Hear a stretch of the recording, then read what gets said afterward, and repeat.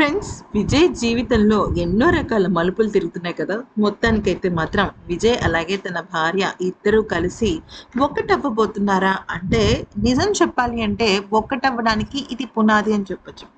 గతంలో వీళ్ళిద్దరూ విడిపోయారన్న సంగతి మనకు తెలిసిందే. దాదాపుగా 2022 నుంచి కూడా వీళ్ళు దూరంగా ఉంటున్నారు అన్న వార్త మనకి చాలా గట్టిగా వినిపిస్తుంది.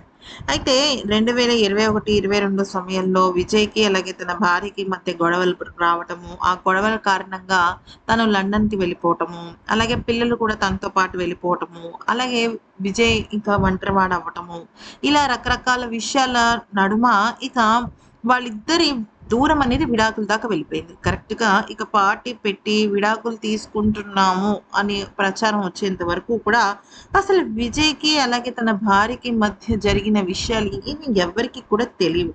అలాంటి సమయంలో ఇక విజయ్ చాలా అంటే చాలా మదన పడ్డాడు.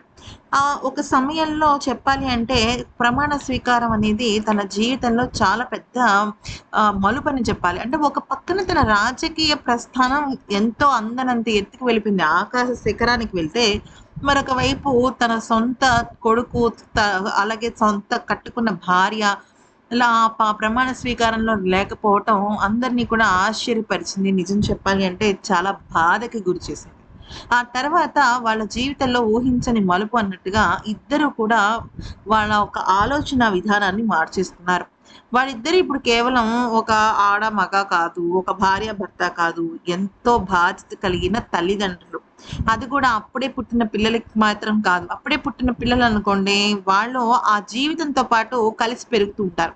కానీ అప్పటి వరకు 25 సంవత్సరాల పాటు వాళ్ళ అమ్మానాన్నల దగ్గర పెరిగిన వాళ్ళిద్దరు ఆ పిల్లలిద్దరూ కూడా చాలా అంటే చాలా నేర్చుకోవాలి. నిజం చెప్పాలంటే చాలా వాళ్ళ మనసు ఒక రకంగా అయిపోతుందనమాట. అయితే ఇదంతా పక్కన పెట్టేస్తే ఇప్పుడు విజయ్ అలాగే సంగీత గారు ఇద్దరు కూడా మనసు మార్చుకున్నారు. సంగీత గారు లండన్ నుంచి చెన్నైకి చేరుకున్నారు. చెన్నైకి చేరుకున్న తర్వాత కూడా చాలా రోజుల పాటు ఆవిడ విడిగా సెపరేట్‌గా ఉండడం అయితే జరిగింది.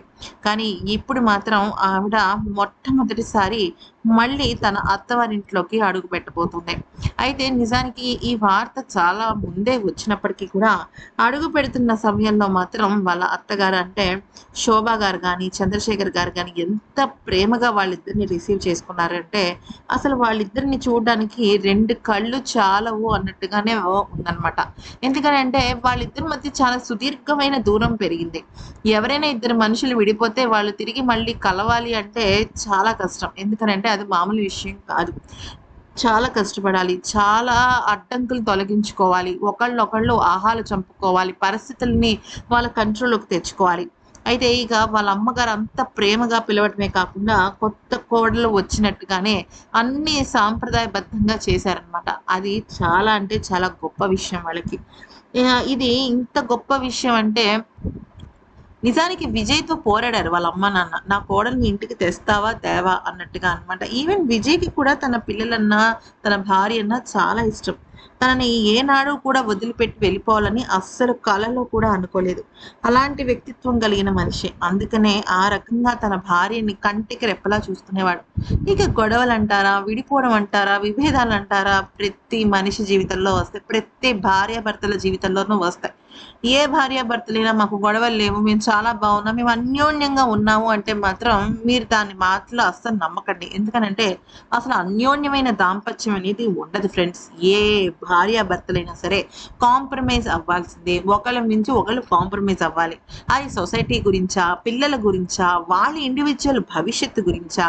కెరియర్ గురించా? అనేది పక్కన పెట్టేస్తే ప్రతి ఒక్కళ్ళు కాంప్రమైజ్ అవ్వాలి. కాకపోతే కొంతమంది ఎలా ఉంటారంటే చాలా జీవిత సమస్యగా మారిపోతుంది. కొంతమంది భార్యాభర్తల ఒక జీవనం.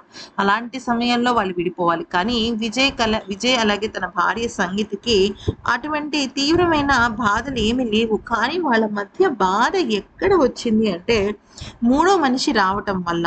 సొంత ఫ్యామిలీ విజయ్ వల్ల నెగ్లెక్ట్ అయ్యింది అన్న బాధ, ఎక్కడో విజయ్ నిర్లక్ష్యం చేశాడు అన్న బాధ వాళ్ళలో ఎక్కువగా కనిపించింది కాబట్టే వాళ్ళు ఆ రకంగా వెళ్లారు. కాకపోతే ఏంటంటే ఆ సమయంలో పరిస్థితులు, చుట్టూ ఉన్న ప్రపంచం, సోషల్ మీడియా అన్నీ కూడా దానికి తగ్గట్టుగానే వార్తల్ని పుట్టించడంతో ఇక సంగీత గారు చాలా బాధపడ్డారు. ఎనీవేస్ ఇప్పుడు వాళ్ళిద్దరూ కలవటానికి ఒక అడుగు ముందుకు వేశారు. ఇక వాళ్ళిద్దరూ పూర్తిగా కలిసి అర్థం చేసుకుని ఆ విడాకుల పిటిషన్‌ని పూర్తిగా కేవలం పిల్లలకి సంబంధించిన క్లాజులు అవే కాకుండా పూర్తిగా రద్దు చేయాలని మనం మనస్ఫూర్తిగా కోరుకుందాం. ఈ వీడియో నచ్చిన లైక్ చేసి సబ్స్క్రైబ్ చేసుకోండి. Thank you for watching.